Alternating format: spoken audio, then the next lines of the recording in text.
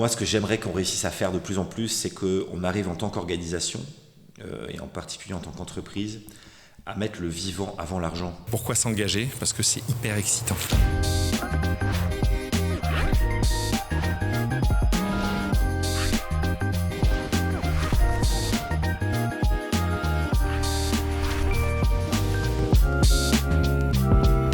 Bonjour à tous, bienvenue dans ce nouvel épisode de Pourquoi c'est cool la RSE. Aujourd'hui, j'ai la chance de recevoir Thomas Brozard de Nord6, qui nous reçoit d'ailleurs dans ses locaux. Bonjour Thomas, merci beaucoup d'avoir accepté notre invitation. Avec plaisir. Est-ce que tu peux nous présenter rapidement Nord6 pour ceux qui ne connaissent pas votre groupe? Nord6, c'est une entreprise dont on dit de taille intermédiaire, de 750 salariés environ. C'est une entreprise familiale qu'a créée mon père il y a 30 ans. Et notre métier, c'est de développer, de concevoir et d'accompagner des grands donneurs d'ordre principalement dans la conception de services numériques. Donc beaucoup d'informatique de gestion, des gros logiciels pour l'assurance maladie, pour la transition écologique par exemple avec l'ADEME ou l'Office français de la biodiversité. Mais aussi d'accompagner des nouveaux usages digitaux, notamment dans le e-commerce. Ça a toujours été une boîte engagée ou c'est toi qui as ramené ça plus récemment? Non, il y avait un terreau fertile. Au début des années 2000, une des premières PME à avoir une fondation par mieux partager la richesse. Autour de 2005, la première PME de France à faire le CV anonyme pour lutter contre les discriminations.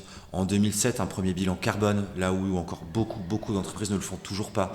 Donc tu vois là par l'exemple comment l'entreprise s'est assez tôt saisie de questions structurantes qui aujourd'hui d'ailleurs sont quand même évoquées comme étant le cœur de ce que doivent faire les entreprises pour revendiquer un engagement sincère. Et qu'est-ce qui t'a amené toi à ton engagement? On a tous des points de bascule, j'en ai un que j'ai envie de citer en particulier là, c'est qu'en fait je suis en école de commerce. On est, tu vois, en 2007-2008 et survient un truc que je comprends pas encore totalement qui s'appelle la crise des subprimes. Par contre, ce que je comprends, c'est qu'elle est en train de foutre à la rue des gens aux US et pas que. J'ai vu une dissonance énorme à ce moment-là.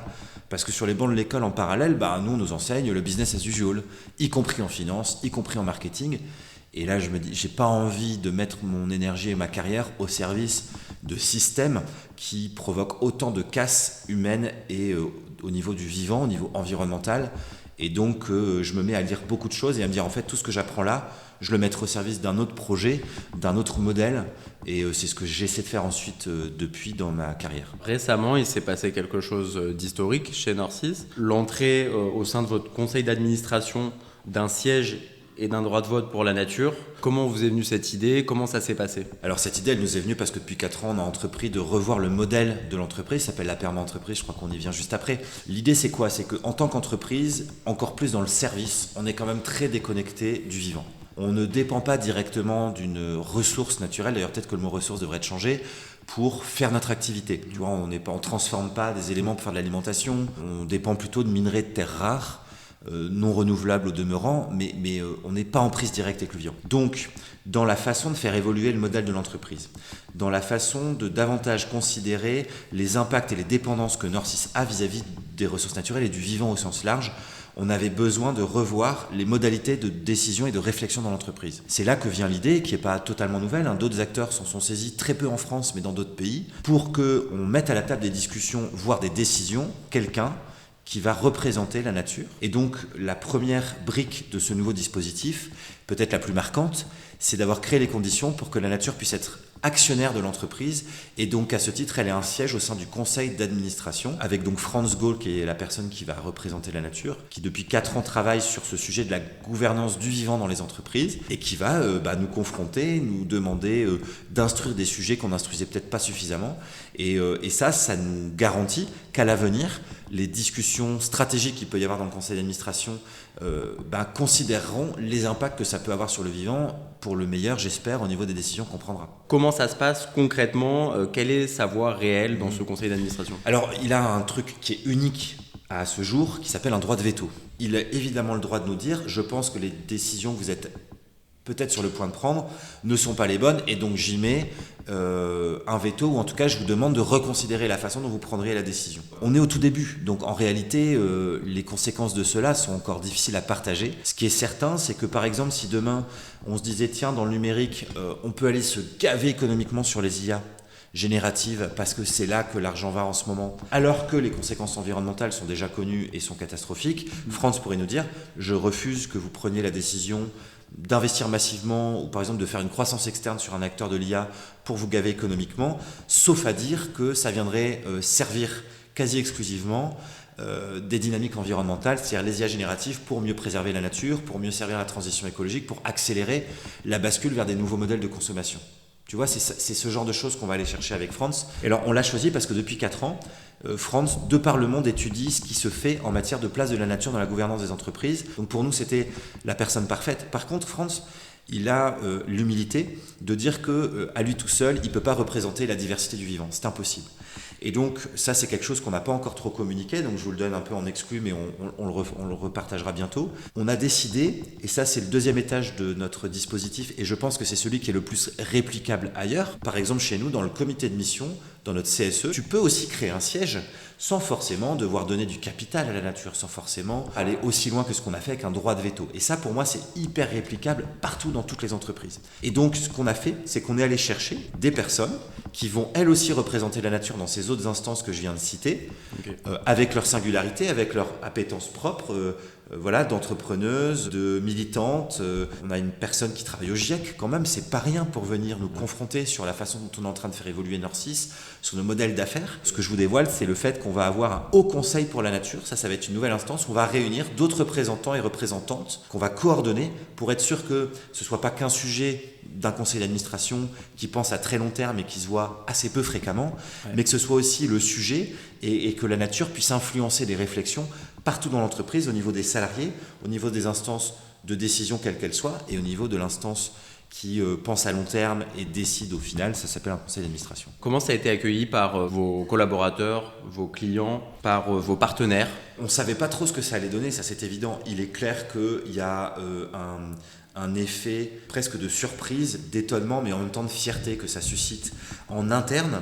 Chez nos salariés, on est en train en plus de mener des interviews auprès de salariés de toutes nos agences de façon systématique. La gouvernance et la table des discussions, notamment au sein du conseil d'administration, est très marquant. C'est une source de fierté. Par ailleurs, on a commencé à le faire savoir jusqu'à se retrouver au JT de TF1 il y a quelques jours seulement, à une heure de grande écoute, un samedi midi, avec 44% de part de marché qui était devant le JT de TF1 et qui a entendu parler de cette initiative très singulière de la rentrée de la nature dans un conseil d'administration, du droit de veto.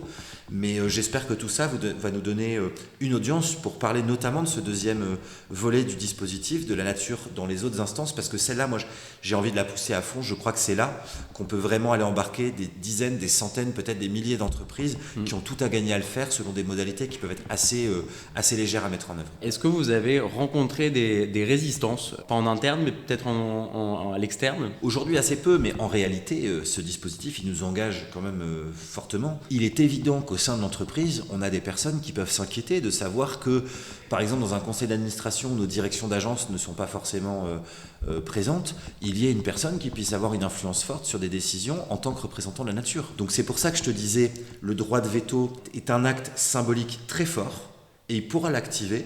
Mais j'ose espérer surtout que ça nous créera les conditions pour qu'ensemble on trouve les meilleurs consensus possibles et qu'on n'aille pas créer des points de rupture avec ce que vivent les équipes sur le terrain. Si ça arrive, on a quand même un risque de décrochage. C'est pour ça d'ailleurs que France, on veut vraiment qu'il s'acculture, qu'il comprenne l'histoire de l'entreprise, ce vers quoi elle doit aller.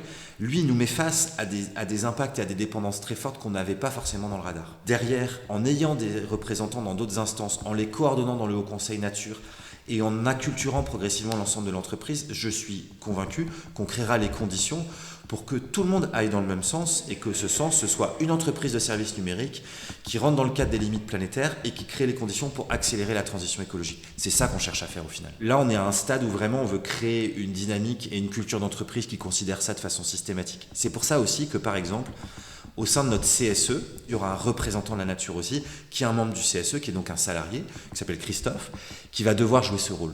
Et donc, il est évident que de façon rapide, il va y avoir des décisions sur, par exemple, le type d'avantages que propose le CSE, sur les voyages d'entreprise. Moi, je pense aussi beaucoup, du coup, à une autre échelle, sur l'innovation.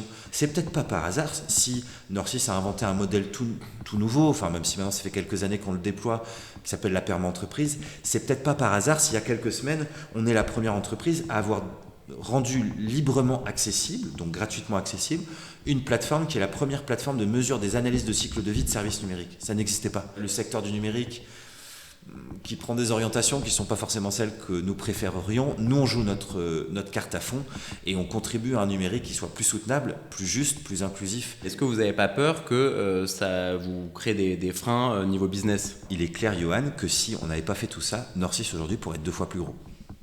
C'est évident. On a d'ores et déjà renoncé à un certain nombre de potentiels commerciaux parce qu'ils n'étaient pas alignés avec ce que je suis en train de te raconter. C'est aussi pour ça qu'on a créé ce modèle de perma-entreprise, parce qu'il y a quelques années, on crée un conseil éthique. On a dit aux équipes, à tous les salariés, si vous le souhaitez, vous pouvez être un lanceur d'alerte ou une lanceuse d'alerte. Vous pouvez saisir le conseil d'éthique pour dire là, il y a une trop forte dissonance entre la raison d'être, parce qu'on est société à mission aussi, le modèle de perma-entreprise qu'on va peut-être détailler ensuite un tout petit peu, et ce que je vis dans mon quotidien. Et la première saisine du salarié, c'était justement sur un client, en particulier un projet qui était de nature à contribuer à l'émission de beaucoup de gaz à effet de serre. Et qu'elle a dit, est-ce que c'est vraiment cohérent au regard de tout ce qu'on est en train de déployer comme projet d'entreprise ? Et ça a fait date. Et depuis, on a structuré toute une démarche. Nos commerciaux ont des outils d'aide à la décision. Et en fait, on a renoncé depuis à d'autres marchés. Donc oui, il y a un risque. Mais pour moi, c'est pas un risque. Alors, on en vient à la perma-entreprise. Qu'est-ce que c'est et quel est votre modèle de perma-entreprise ? En fait, Nord6, a un engagement qui n'est pas nouveau, a coché les cases des labels et certifications en 2013, ISO 26000 niveau exemplaire, donc c'est la norme RSE, et puis B Corp, et puis société à mission, et puis voilà. Mais en réalité, pour qu'on puisse vraiment revendiquer un engagement fort et sincère et que ça devienne une culture d'entreprise qui aille aussi progressivement faire changer la relation qu'on a aux clients, le type de projet qu'on fait avec eux, et on n'y est pas encore suffisamment. Il fallait créer les conditions et un modèle d'entreprise qui devienne une culture partagée par tout le monde. Et il se trouve qu'en 2019, on découvre la permaculture qui dit, en gros, on doit prendre soin des humains, on doit préserver la planète et on doit fixer des limites pour mieux partager la richesse. La permaculture, voilà, c'est ça. C'est pas vraiment ce que font les entreprises au sens global du terme. Et donc on se dit, en fait, c'est avec ça qu'on va réinventer la boîte et ça va être ça notre nouveau logiciel. Ça deviendra ça notre culture partagée avec toutes les équipes. Dit autrement, notamment pour des entrepreneurs, des dirigeantes et dirigeants qui nous écouteraient, ce qu'on cherche à faire, c'est à créer de la valeur, mais pas à n'importe quel prix. Alors des limites au niveau business, on l'a déjà évoqué, mais ça peut être des limites dans la façon dont on utilise les ressources, qu'elles soient humaines ou naturelles, ça peut être des limites en matière de pratiques managériales, ça peut être des limites dans le degré d'ambition qu'on fixe sur des stratégies dites RSE, pour pas complètement décrocher par rapport à la soutenabilité, à la pérennité de la boîte en matière économique. Donc on a su faire des renoncements, mais ça veut pas dire qu'on renonce à tout, parce que si demain on renonçait à tout ce qu'on fait aujourd'hui et qu'on devait du coup dire « Ah merde, on doit virer 150 personnes parce qu'en fait notre modèle économique il se casse la gueule », on a un petit souci. Donc on crée aussi les conditions de transition. Qu'est-ce qui permet à Nord6 de résister au contexte assez compliqué pour les entreprises en ce moment ? Je pense que Nord6 aujourd'hui a une véritable robustesse dans son modèle, notamment parce que, et la Perma nous a aidé à le structurer, on a créé des conditions pour avoir des sources de revenus qui soient diversifiées, pour avoir des individus dans l'entreprise qui peuvent s'épanouir et pas que par les missions ou le cœur de leur expertise, parce qu'on essaie d'avoir des modes de travail qui soient flexibles et potentiellement propres à chaque individu. Parce que dans la diversification de nos sources de revenus, il y a les types de métiers, il y a les types de clients, on est à 50% public et privé, et puis peut-être parce qu'un dernier truc, et ça c'est très lié au modèle de la robustesse, c'est un truc qu'on appelle la sous-optimalité, c'est pas trop connu. Mais par exemple dans la nature, la photosynthèse des plantes, le rendement il est de moins de 1%. C'est nul, d'un point de vue humain c'est nul. Mais en fait, ce qui fait que c'est utile, c'est que dès lors que tu as des pics de chaleur et de soleil, grâce à ça, en fait, les plantes peuvent bien mieux résister et pas brûler tout de suite. Si elles faisaient de la synthèse à 100%, au moindre coup de chaleur, c'est fini. Chez nous, par exemple, on vend du temps humain. On a gardé depuis toujours une partie du temps humain pour pas le vendre dans des projets d'émission pour les clients. C'est aussi là qu'on renonce peut-être à une forme de croissance, pour le mettre au service de projets d'intérêt général, pour que les salariés puissent vivre dans l'entreprise entre eux, etc. Et je vais te donner un exemple hyper intéressant. Au moment du Covid, tout notre secteur se retrouve saturé sans pouvoir faire des projets en plus pour répondre aux besoins immédiats des clients qui voulaient mettre en place des modes de travail différents et travailler sur les projets numériques de façon différente. Nous, on a récupéré 2500 jours équivalents humains qu'on a pu réallouer sur nos clients parce qu'on ne les avait pas staffés à 100%. Et l'année du Covid, notre secteur il fait une décroissance de 2% et nous, on fait une croissance de 2-3%. Tu vois ? Donc en fait, grâce au modèle Perma, grâce à cette approche de la robustesse, y compris dans des moments de crise, on a été capable d'être hyper résilient et d'avoir un modèle d'affaires pérenne parce qu'on avait créé des conditions pour pas à mon avis, avoir les modes habituels qui font que dès qu'il y a un petit grain de sable dans la machine, ça peut vite s'effondrer, quoi. La perma-entreprise a une grande vertu. L'éthique qui est au cœur du modèle perma, c'est l'inverse du dogme. L'éthique, c'est de trouver la meilleure solution dans un contexte donné. C'est ça qui fait qu'aujourd'hui, Norcis, par exemple, continue à être pérenne, continue à être performant, y compris au niveau économique, en ayant fait parfois des renoncements qui peuvent être perçus comme radicaux, mais en n'allant pas trop loin. C'est tout ça qui fait le cœur de la permaculture et donc de la perma-entreprise. C'est pour ça qu'on croit très fort que c'est le bon modèle pour demain. Donc voilà, le bouquin, je vous le montre, je ne sais pas à quelle caméra je dois le faire, mais voilà, coucou, il est là. Ce qu'on a fait pour partager la richesse, c'est de dire, n'en faisons pas un business, on aurait pu faire une activité de conseil RSE, moi j'en viens d'ailleurs, mais on s'est dit, on va en faire un commun pour que n'importe quelle organisation demain s'en saisisse. Et ce qui est intéressant, c'est qu'il y a des centaines d'organisations qui s'en sont saisies. Moi j'ai fait des séminaires pour des très grands groupes à propos de la perma-entreprise, pour essayer de voir comment, par exemple, dans leur CODIR ou leur COMEX, ils pouvaient faire évoluer leurs décisions. On a accueilli ici plusieurs centaines de personnes sur de la formation, sur des acculturations, et puis voilà, 15 000 bouquins qui se baladent dans la nature, dont des personnes se sont saisies pour essayer de repenser leur façon d'évoluer en tant qu'organisation, etc. Quel regard toi tu portes sur la responsabilité des entreprises face aux défis environnementaux et sociaux aujourd'hui ? Tout le monde est responsable de là où on en est aujourd'hui, les États bien sûr, parce qu'ils n'ont pas été assez vite, mais les entreprises, et d'ailleurs elles ont pour certaines, et notamment les plus grosses, une influence considérable sur les décisions qui sont prises par les États, par l'Europe, on l'a vu récemment avec la CSRD. Les entreprises déjà, ont joué un rôle considérable dans l'état actuel de la situation, dans le fait de pousser les humains à consommer toujours plus de choses qui ne sont pas toujours utiles, dans la dégradation des écosystèmes vivants, dans le dépassement des limites planétaires. Par contre, elles sont peut-être celles qui ont la meilleure carte à jouer pour réussir à résoudre ce problème. Pourquoi ? Parce que les entreprises, elles concentrent les talents, elles ont des ressources pour innover et elles savent décider très vite. Ça, ce n'est pas le cas des États. Je pense qu'il faudrait surtout que les actionnaires et ceux qui détiennent le pouvoir et le capital arrête de jouer l'unique jeu de la rentabilité, de l'argent à la fin de l'année. D'autant que de plus en plus, je pense que ces gens-là vont se rendre compte qu'en fait, c'était un mauvais pari, y compris à moyen terme. Dans les 5 à 10 ans, il y a beaucoup de modèles d'affaires qui vont devenir tellement tendus que la rentabilité ne sera plus là. On a déjà le cas de chaînes de valeur qui sont en train de s'effondrer. Je pense sincèrement que ceux qui comprennent vraiment maintenant qu'investir sur la préservation des ressources naturelles, sur le respect du vivant, sur le non-dépassement des limites planétaires, à moyen terme et même à 5-10 ans, ils vont s'y retrouver. Moi, quand j'étais en école de commerce, il y a un film qui m'avait frappé qui s'appelait Le jour d'après, qui était basé sur des scénarios scientifiques pour expliquer de façon sans sas à l'américaine, dans un blockbuster, ce que ça pouvait vouloir dire en 2050.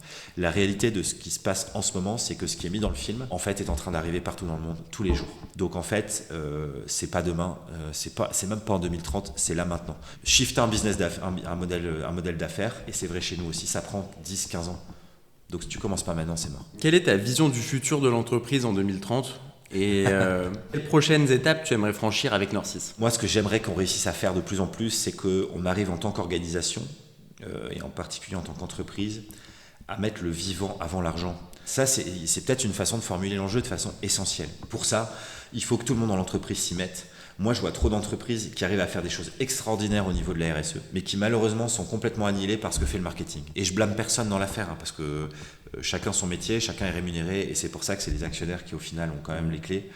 Mais il y a trop de déconnexion entre les deux. À Change Now, là, très récemment, à la tribune du Parlement des jeunes, j'expliquais notamment un truc qui est que quand tu mènes des actions de réduction des impacts négatifs, et c'est ce que fait très bien la RSE depuis 30 ans, mais que dans le même temps, tu as un modèle d'affaires qui pousse à toujours plus de croissance, notamment en volume, tu peux réduire les impacts négatifs d'une unité de produit ou de service, sauf que si tu crois, au final, tu n'as rien réduit du tout. C'est bien pour ça que la RSE a une grosse limite et qu'aujourd'hui, avec d'autres, on pousse fort pour l'économie à visée régénérative. Ça veut dire quoi ? C'est-à-dire que j'arrête de me satisfaire de réduire les impacts négatifs parce qu'il y en a toujours. Et si je continue de croître, au final, il y aura en global encore plus d'impacts négatifs qu'il y en avait avant. Mais je tends vers un modèle d'affaires qui crée des conditions de renouvellement, de régénération des ressources que j'utilise, des ressources qu'elles soient humaines ou naturelles. C'est à ce prix-là que les entreprises pourront éventuellement continuer à vouloir croître.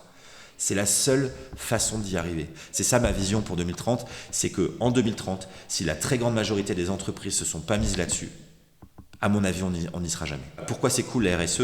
Moi, j'aimerais bien que vous le renommiez ce podcast et que ce serait peut-être bien de dire pourquoi c'est cool le regen ou quelque chose comme ça. Parce qu'en fait, la régénération, ça doit devenir la nouvelle RSE, c'est-à-dire des politiques d'engagement sociétal des entreprises qui ne se satisfont plus de la réduction des impacts négatifs, qui cherchent systématiquement à régénérer quand c'est possible. Et c'est pas toujours faisable, hein. Nous, on utilise des PC pour faire notre métier, ça pousse pas dans les arbres, donc on n'est pas prêt de pouvoir les régénérer. Par contre, on peut tout faire pour essayer de restaurer les ressources et surtout les territoires où sont extraits des minerais, des terres rares qui malheureusement souvent détruisent le vivant qui est autour. Quand tu vois la situation actuelle, est-ce que tu as de l'espoir pour le futur, sur le changement et qu'est-ce qui te donne le plus d'énergie au quotidien dans ton engagement ? Ce qui me donne de l'espoir, c'est que toutes les solutions existent. Il y a déjà des gens qui font des choses extraordinaires pour le prouver. Le problème, c'est qu'on a encore trop peu d'exemples de grandes entreprises qui vraiment sont en train de faire cette bascule. Mais parce que c'est compliqué, parce qu'il y a les actionnaires qui attendent des rendements financiers. Hein, voilà. Ce qui me donne de l'enthousiasme, c'est que de plus en plus de collectifs se constituent pour porter une voix commune sur ce que je te raconte. C'est vrai au niveau du mouvement Bicorp, c'est vrai sur la régénération avec le Regen Ecosystem qu'on a cofondé avec d'autres acteurs comme Éric Duverger de la Convention des entreprises pour le climat, avec des gens d'AXA Climate qui créent des contenus sur ce sujet-là, ou avec l'émergence d'une nouvelle asso qui s'appelle GenAct, qui est l'asso sœur du Collège des directeurs du développement durable que pousse fort Fabrice Bonifay, qui elle vise à créer la bulle la plus large possible de praticiens de la RSE pour les nourrir sur des contenus autour de la régénération. Ça me donne de l'espoir et de l'enthousiasme.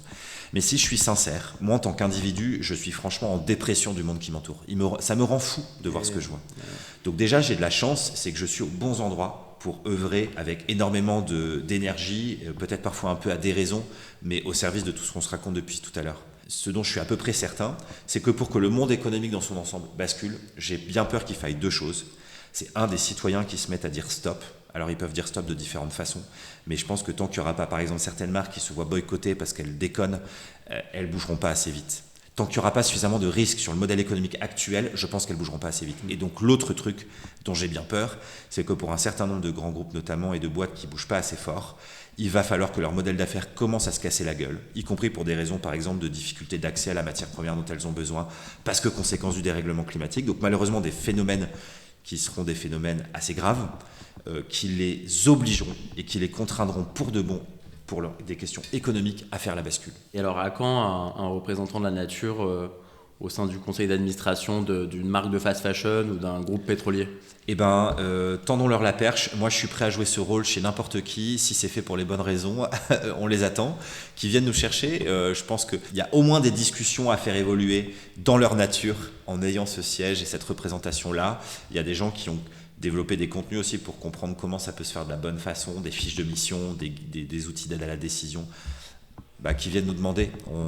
Nous ou d'autres le ferons avec plaisir, je pense. Et pour finir, Thomas, pourquoi c'est cool la RSE et pourquoi c'est cool la régénération ? Pourquoi c'est cool la RSE ? Parce que depuis 30 ans, ça a structuré des stratégies d'engagement sociétal. Toutes les boîtes ont fait des trucs hyper intéressants, voire géniaux en matière d'impact grâce à la RSE. Par contre, je pense que la RSE a fait son temps et que maintenant, il faut passer à autre chose. J'espère que l'économie à visée régénérative sera cette autre chose. Avec d'autres, on pense que c'est le cas. C'est pour ça qu'on y met des moyens et du temps et de l'énergie pour que ça émerge. Donc, on se verra si dans un an, vous avez changé le nom du podcast. J'en serai heureux. Merci beaucoup, Thomas. Je t'en prie. Merci de m'avoir accueilli dans votre podcast.